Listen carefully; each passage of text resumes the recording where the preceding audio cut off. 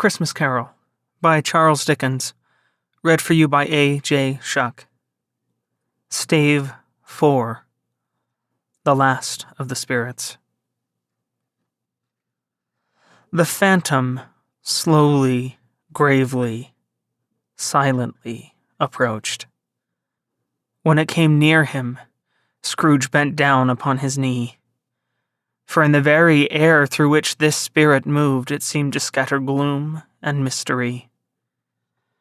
It was shrouded in a deep black garment, which concealed its head, its face, its form, and left nothing of it visible save one outstretched hand.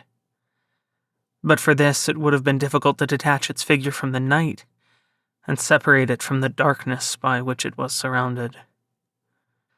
He felt that it was tall and stately when it came beside him, and that its mysterious presence filled him with a solemn dread.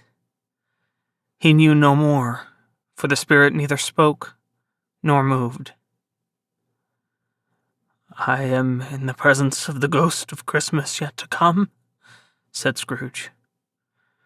The spirit answered not, but pointed onward with its hand. "You are about to show me shadows of the things that have not happened, but will happen in the time before us?" Scrooge pursued. "Is that so, spirit?" The upper portion of the garment was contracted for an instant in its folds, as if the spirit had inclined its head. That was the only answer he received. Although well used to ghostly company by this time, Scrooge feared the silent shape so much that his legs trembled beneath him, and he found that he could hardly stand when he prepared to follow it. The spirit paused a moment, as observing his condition, and giving him time to recover. But Scrooge was all the worse for this. It thrilled him with a vague, uncertain horror to know that behind the dusky shroud there were ghostly eyes intently fixed upon him, while he, though he stretched his own to the utmost, could see nothing but a spectral hand and one great heap of black. "Ghost of the future," he exclaimed, "I fear you more than any spectre I have seen. But as I know your purpose is to do me good, and as I hope to live to be another man from what I was, I am prepared to bear you company, and do it with a thankful heart. Will you not speak to me?" It gave him no reply. The hand was pointed straight before them. "Lead on," said Scrooge. "Lead on. The night is waning fast, and it is precious time to me, I know. Lead on, spirit." The phantom moved away as it had come towards him. Scrooge followed in the shadow of its dress, which bore him up, he thought, and carried him along. They scarcely seemed to enter the city, for the city rather seemed to spring up about them and encompass them of its own act. But there they were in the heart of it, on 'change amongst the merchants, who hurried up and down and chinked the money in their pockets and conversed in groups and looked at their watches and trifled thoughtfully with their great gold seals, and so forth, as Scrooge had seen them often. The spirit stopped beside one little knot of businessmen. Observing that the hand was pointed to them, Scrooge advanced to listen to their talk. "No," said a great fat man with a monstrous chin. "I don't know much about it either way. I only know he's dead." "When did he die?" inquired another. "Last night, I believe." "Why, what was the matter with him?" asked a third, taking a vast quantity of snuff out of a very large snuff-box. "I thought he'd never die." "God knows," said the first with a yawn. "What has he done with his money?" asked a red-faced gentleman with a pendulous excrescence on the end of his nose that looked like the gills of a turkey-cock. "I haven't heard," said the man with the large chin, yawning again. "Left it to his company, perhaps. He hasn't left it to me, that's all I know." This pleasantry was received with a general laugh. "It's likely to be a very cheap funeral," said the same speaker, For upon my life I don't know of anybody to go to it. Suppose we make up a party and volunteer."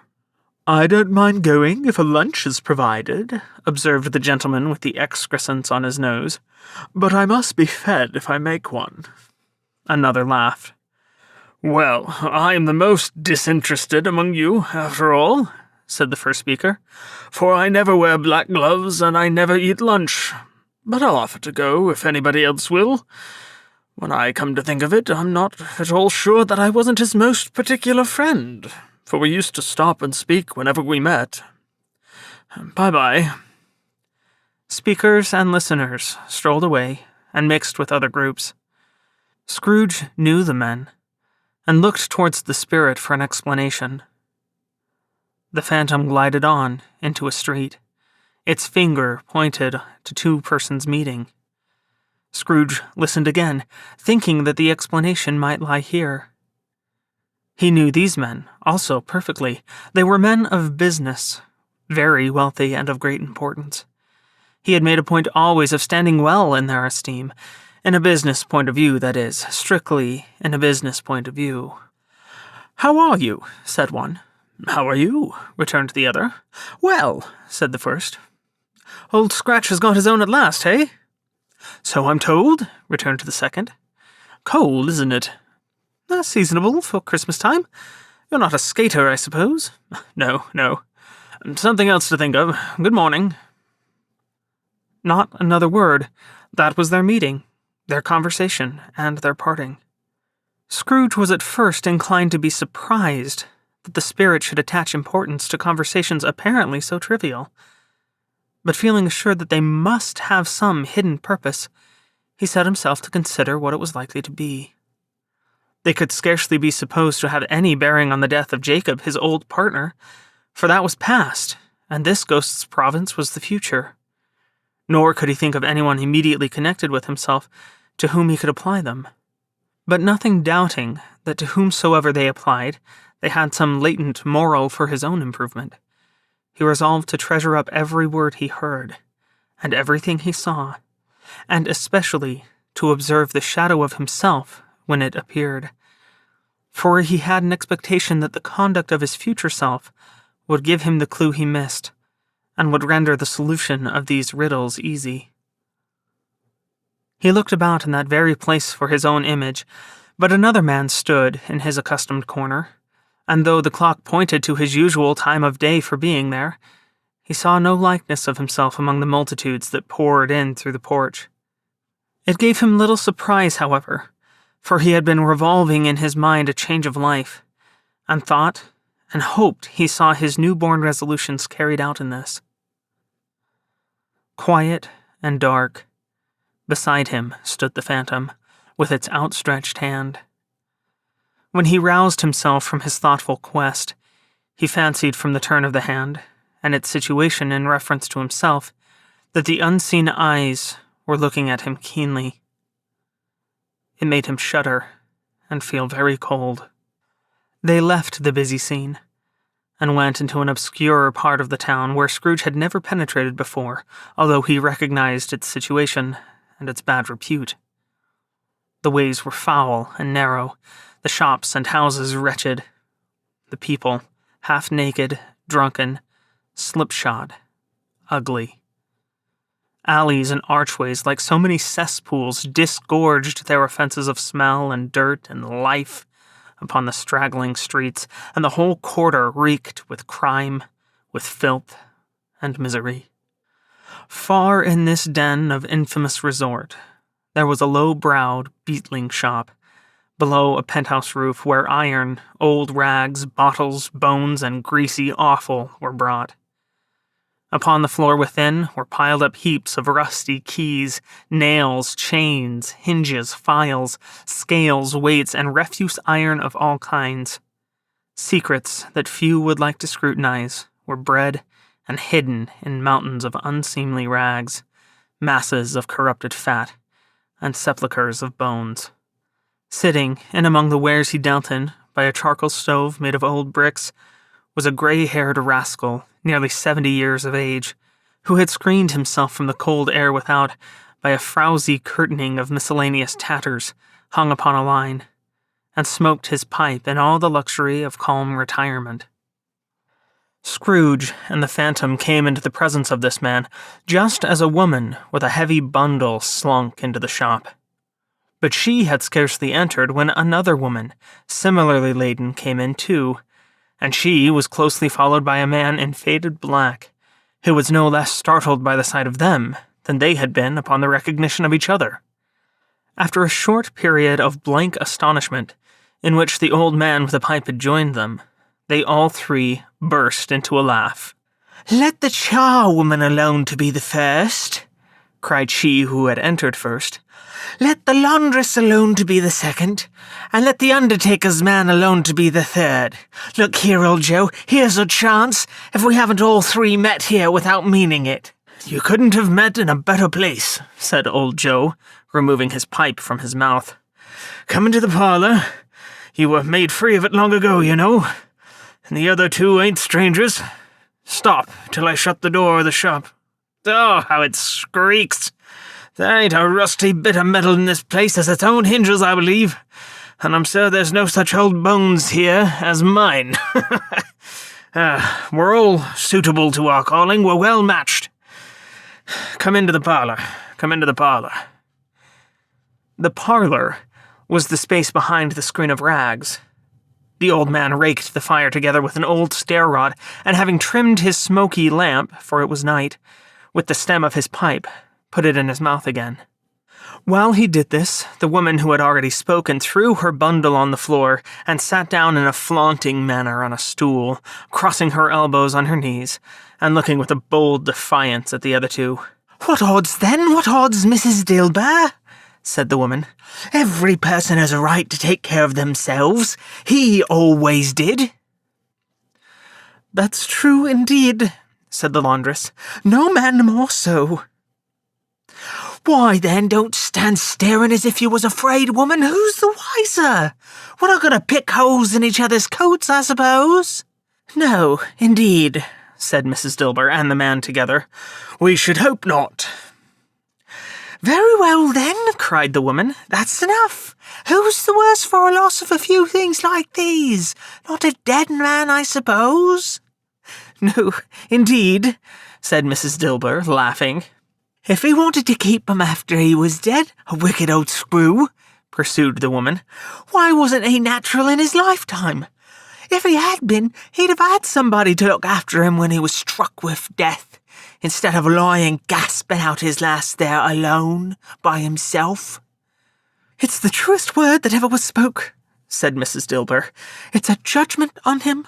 "I wish it was a little heavier judgment," replied the woman, "and it should have been, you may depend upon it, if I could have laid my hands on anything else. Open that bundle, old Joe, and let me know the value of it. Speak out plain. I'm not afraid to be the first, nor afraid for them to see it. We knew pretty well that we were helping ourselves before we met here, I believe. It's no sin. Open the bundle, Joe." But the gallantry of her friends would not allow of this, and the man in faded black mounting the breach first produced his plunder. It was not extensive, a seal or two, a pencil case, a pair of sleeve buttons, and a brooch of no great value were all. They were severally examined and appraised by old Joe, who chalked the sums he was disposed to give for each upon the wall, and added them up into a total when he found there was nothing more to come. "That's your account," said Joe, "and I wouldn't give another sixpence if I was to be boiled for not doing it. Who's next?" Mrs. Dilber was next. Sheets and towels, a little wearing apparel, 2 old-fashioned silver teaspoons, a pair of sugar tongs, and a few boots. Her account was stated on the wall in the same manner. "I always give too much to ladies. It's a weakness of mine, and that's the way I ruin myself," said old Joe. "That's your account. If you'd ask me for another penny and made it an open question, I'd repent for being so liberal and knock off half a crown." "And now undo my bundle, Joe," said the first woman. Joe went down on his knees for the greater convenience of opening it, and having unfastened a great many knots, dragged out a large and heavy roll of some dark stuff. "Oh, what do you call this?" said Joe. "Bed curtains?" "Ah," returned the woman, laughing and leaning forward on her crossed arms. "Bed curtains." "You don't mean to say you took 'em down, rings and all, with him lying there?" "Yes, I do," replied the woman. "Why not?" "You were born to make your fortune," said Joe, "and you'll certainly do it." "I certainly shan't hold my hand when I can get anything in it by reaching it out, for the sake of such a man as he was, I promise you, Joe," returned the woman coolly. "Don't drop that oil upon the blankets now." "His blankets?" asked Joe. "Whose else do you think?" replied the woman. "He isn't likely to take cold without 'em, I dare say." "I hope he didn't die of anything catching, eh?" said old Joe, stopping in his work and looking up.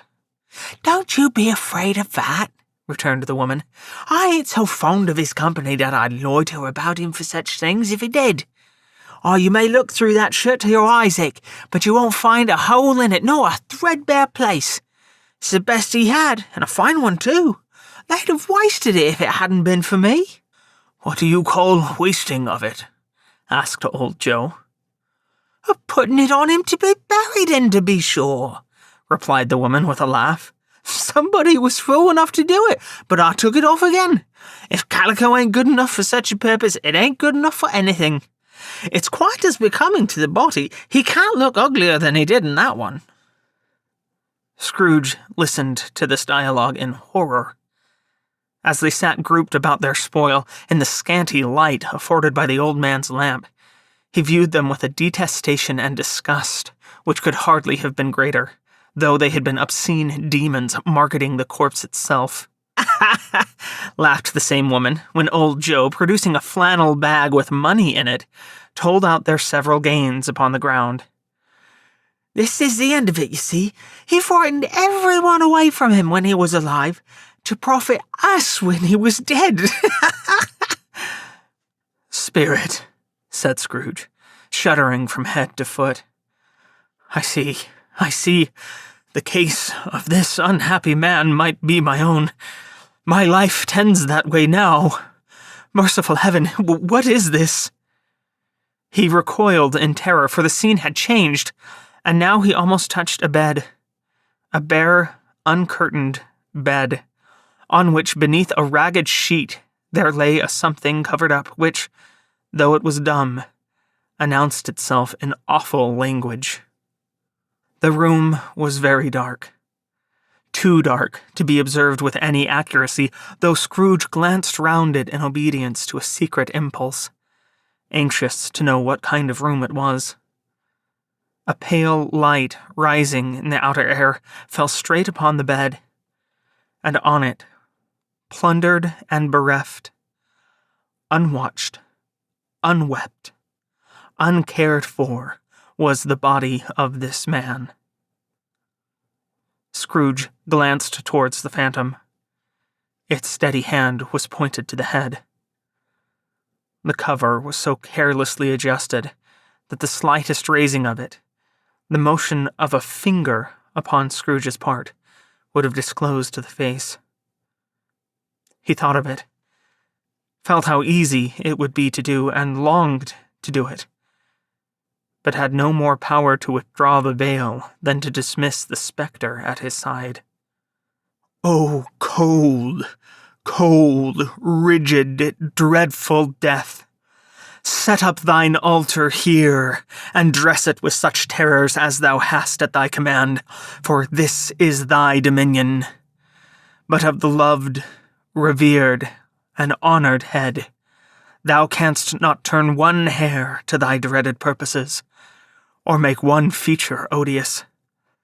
It is not that the hand is heavy, and will fall down when released. It is not that the heart and pulse are still, but that the hand was open, generous and true, the heart brave, warm and tender, and the pulse a man's. Strike, shadow, strike, and see his good deeds springing from the wound, to sow the world with life immortal." No voice pronounced these words in Scrooge's ears, and yet he heard them when he looked upon the bed. He thought, if this man could be raised up now, what would be his foremost thoughts? Erebus, hard-dealing, griping cares? They have brought him to a rich end, truly. He lay in the dark, empty house, with not a man, a woman, or a child to say that he was kind to me in this or that, and for the memory of one kind word I will be kind to him. A cat was tearing at the door, and there was a sound of gnawing rats beneath the hearthstone. What they wanted in the room of death, and why they were so restless and disturbed, Scrooge did not dare to think. "Spirit," he said, "this is a fearful place. In leaving it, I shall not leave its lesson, trust me. Let us go." Still the ghost pointed with an unmoved finger to the head. "I understand you," Scrooge returned, "and I would do it if I could, but I have not the power, Spirit. I have not the power." Again, it seemed to look upon him. "If there is any person in the town who feels emotion caused by this man's death," said Scrooge, quite agonized, "show that person to me, Spirit, I beseech you." The phantom spread its dark robe before him for a moment, like a wing, and withdrawing it revealed a room by daylight, where a mother and her children were. She was expecting someone, and with anxious eagerness, for she walked up and down the room, started at every sound, looked out from the window, glanced at the clock, tried, but in vain, to work with her needle, and could hardly bear the voices of the children in their play. At length, the long-expected knock was heard. She hurried to the door and met her husband, a man whose face was careworn and depressed, though he was young. There was a remarkable expression in it now, a kind of serious delight of which he felt ashamed and which he struggled to repress. He sat down to the dinner that had been hoarding for him by the fire, and when she asked him faintly what news, which was not until after a long silence, he appeared embarrassed how to answer. "Is it good," she said, "or bad?" to help him. "Bad," he answered. "We are quite ruined?" "No, there is hope yet, Caroline." "If he relents," she said, amazed, "there is. Nothing is past hope if such a miracle has happened." "He is past relenting," said her husband. "He is dead." She was a mild and patient creature, if her face spoke truth, but she was thankful in her soul to hear it, and she said so, with clasped hands. She prayed forgiveness the next moment and was sorry, but the first was the emotion of her heart. "What the half-drunken woman whom I told you of last night said to me when I tried to see him and obtain a week's delay, and what I thought was a mere excuse to avoid me, turns out to have been quite true. He was not only very ill, but dying, then." "To whom will our debt be transferred?" "I don't know, but before that time we shall be ready with the money. And even though we were not, it would be a bad fortune indeed to find so merciless a creditor in his successor. We may sleep tonight with light hearts, Caroline." Yes. Soften it as they would, their hearts were lighter. The children's faces, hushed and clustered round to hear what they so little understood, were brighter. And it was a happier house for this man's death. The only emotion that the ghost could show him, caused by the event, was one of pleasure. "Let me see some tenderness connected with a death," said Scrooge, "or that dark chamber, Spirit, which we left just now, will be forever present to me." The ghost conducted him through several streets familiar to his feet, and as they went along, Scrooge looked here and there to find himself, but nowhere was he to be seen. They entered poor Bob Cratchit's house, the dwelling he had visited before, and found the mother and the children seated round the fire. Quiet. Very quiet. The noisy little Cratchits were as still as statues in one corner and sat looking up at Peter, who had a book before him. The mother and her daughters were engaged in sewing, but surely they were very quiet. And he took a child and set him in the midst of them. Where had Scrooge heard those words? He had not dreamed them. The boy must have read them out, as he and the spirit crossed the threshold. Why did he not go on? The mother laid her work upon the table and put her hand up to her face. "The color hurts my eyes," she said. "The color? Ah, poor Tiny Tim." "They're better now again," said Cratchit's wife. "It makes them weak by candlelight, and I wouldn't show weak eyes to your father when he comes home for the world. It must be near his time." "Past it, rather," Peter answered, shutting up his book. "But I think he has walked a little slower than he used, these few last evenings, Mother." They were very quiet again. At last she said, and in a steady, cheerful voice that only faltered once, I have known him to walk with Tiny Tim upon his shoulder very fast indeed." "And so have I," cried Peter. "Often." "And so have I," exclaimed another. So had all. "But he was very light to carry," she resumed, intent upon her work. "And his father loved him so that it was no trouble. No trouble. And there is your father at the door." She hurried out to meet him, and little Bob and his comforter, he had need of it, poor fellow, came in. His tea was ready for him on the hob, and they all tried who should help him to it most. Then the two young Cratchits got upon his knees, and laid each child a little cheek against his face, as if they said, "Don't mind it, father. Don't be grieved." Bob was very cheerful with them, and spoke pleasantly to all the family. He looked at the work upon the table and praised the industry and speed of Mrs. Cratchit and the girls. They would be done long before Sunday, he said. "Sunday? You went today, then, Robert?" said his wife. "Yes, my dear," returned Bob.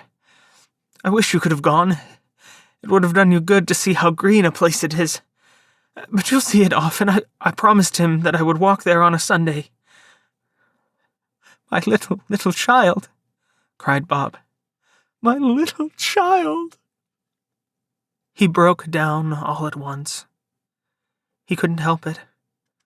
If he could have helped it, he and his child would have been farther apart perhaps than they were.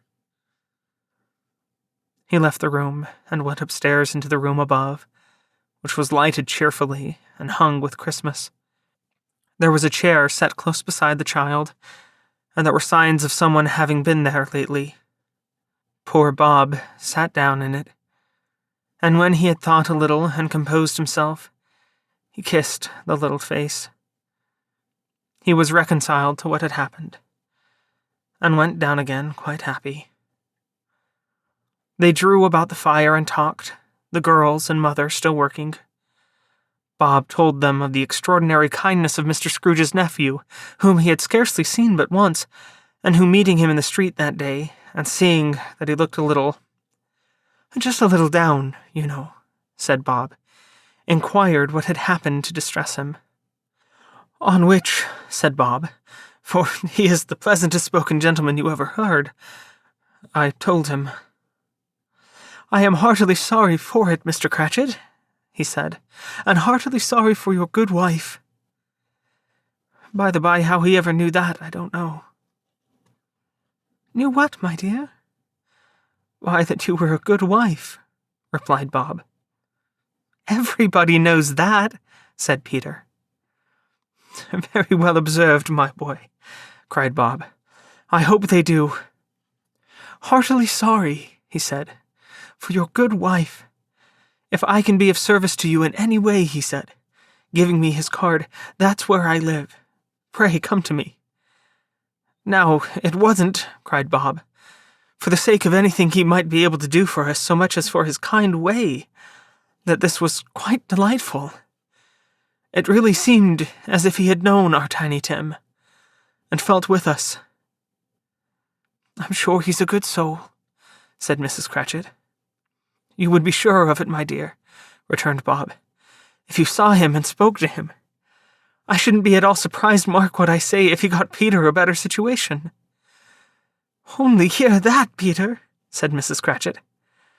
And then, cried one of the girls, Peter will be keeping company with someone, and setting up for himself. Get along with you, retorted Peter, grinning.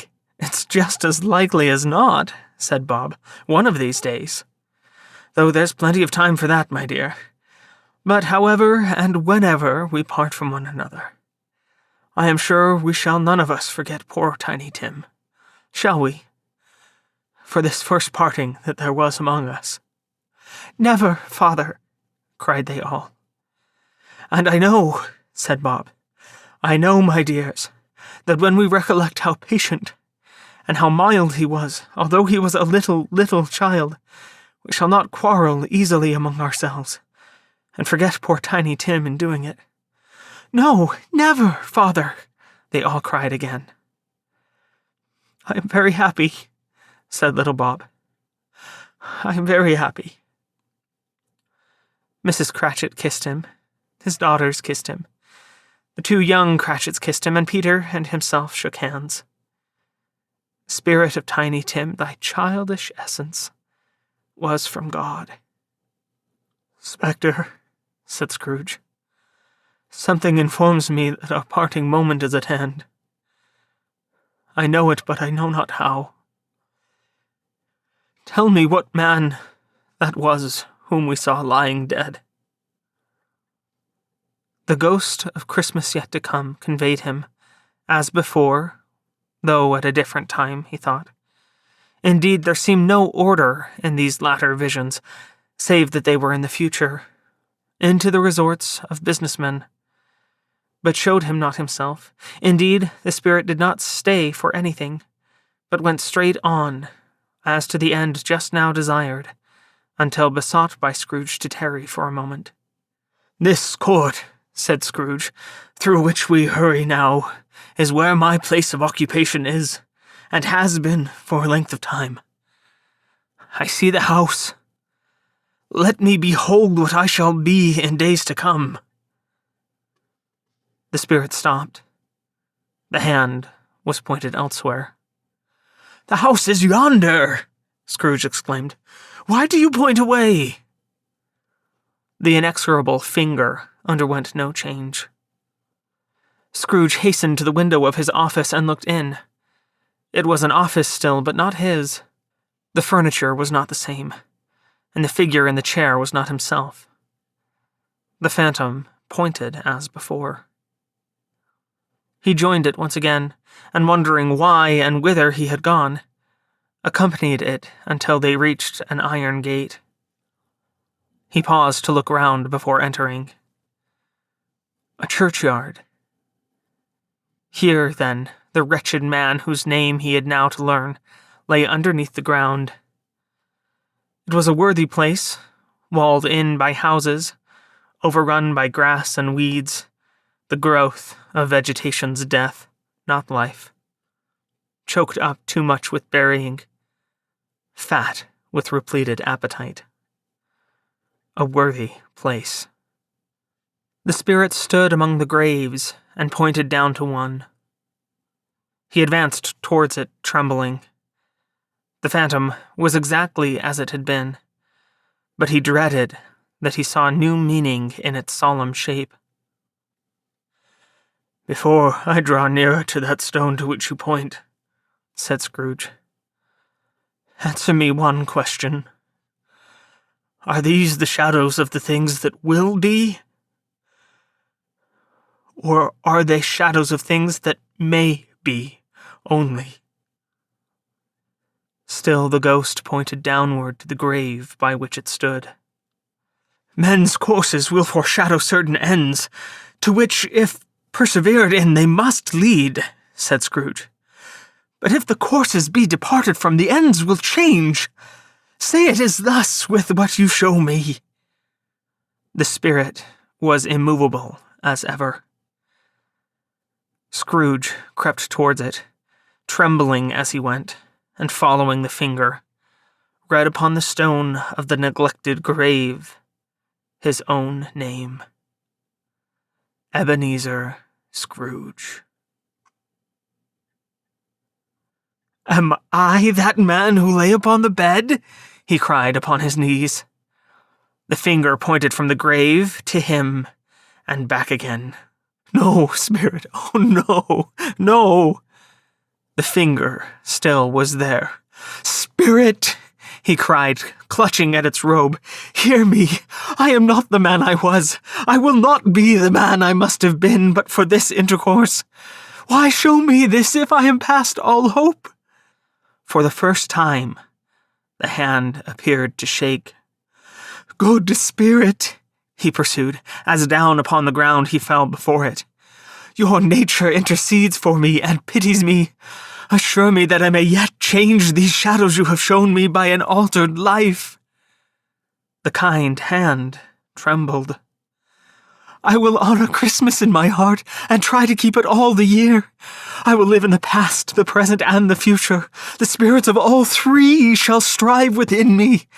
I will not shut out the lessons that they teach. Oh, tell me that I may sponge away the writing on this stone." In his agony, he caught the spectral hand. It sought to free itself, but he was strong in his entreaty and detained it. The spirit, stronger yet, repulsed him.